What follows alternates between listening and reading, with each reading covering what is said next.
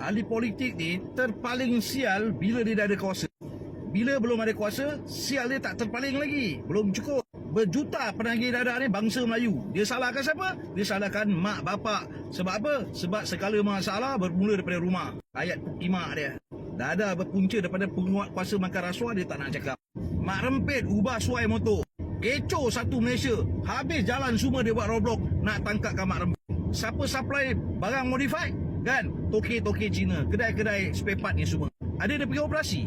Lepas vaksin, ramai orang jadi sakit. Kan? Sampai orang tak berani lagi nak vaksin kan pada anak-anak dia. Segala jenis vaksin diorang tolak. Ada dia bagi papasan. Kan? Janji je lebih. Kenapa diorang ni sial? Sebab dia salahkan mak bapak segala masalah bermula daripada rumah. Anak engkau isak dadah sebab engkau mak bapak tak jaga anak engkau.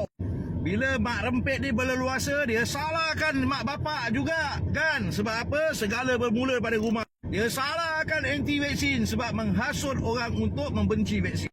Tak pernah pun dia nak mengaku salah dia. Rakyat Malaysia support kau punya vaksin sampai diorang dah sakit. Apa yang kau buat bila diorang dah sakit?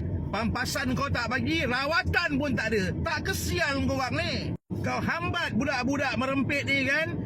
Sampailah berlaku je kemalangan. Tapi toke-toke Cina jual spare part barang modified ni, ada kau hambat dia, ada kau kejar dia. Kau kutip cukai dengan dia, kau bersokongkol dengan dia. Tu barang sampai kontena punya barang lah, modified punya barang. Apasal kau tak sita?